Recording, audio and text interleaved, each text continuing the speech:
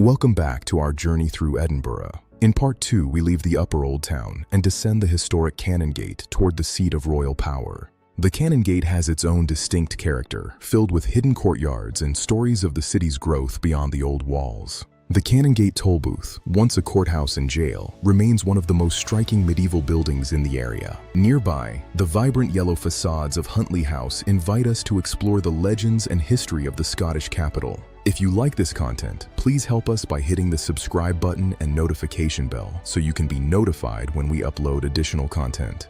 Tucked away from the main road is Whitehorse Close, a beautifully restored courtyard that feels like stepping back in time. This quiet corner was once a bustling coaching inn, and today it remains one of Edinburgh's most charming hidden gems. Hidden behind the tenements, Dunbar's Close Garden offers a moment of serenity amidst the bustling city. As we reach the foot of the Royal Mile, the architecture shifts dramatically from the medieval to the modern. The Scottish Parliament building is a bold piece of contemporary design, inspired by the surrounding landscape and upturned boats. It stands as a symbol of modern Scotland, reflecting the nation's democratic spirit in its open and accessible design. The interplay of glass, oak, and granite creates a fascinating dialogue with the historic surroundings of Holyrood. Directly opposite the Parliament lies the Palace of Holyrood House, the King's official residence in Edinburgh. For over 500 years, this palace has been the setting for royal ceremonies and significant events in Scottish history. Founded as an Augustinian monastery in the 12th century, it was later transformed into a grand royal palace.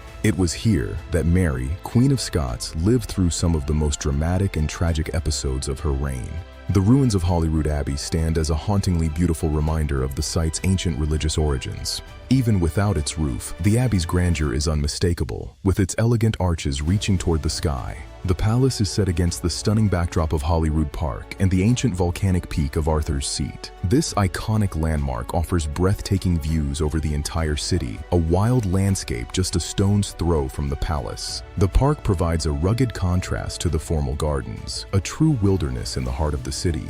The Salisbury Crags form a dramatic cliff edge, guarding the entrance to the park's more adventurous trails. As the golden hour illuminates the palace, we conclude our journey through the lower Royal Mile.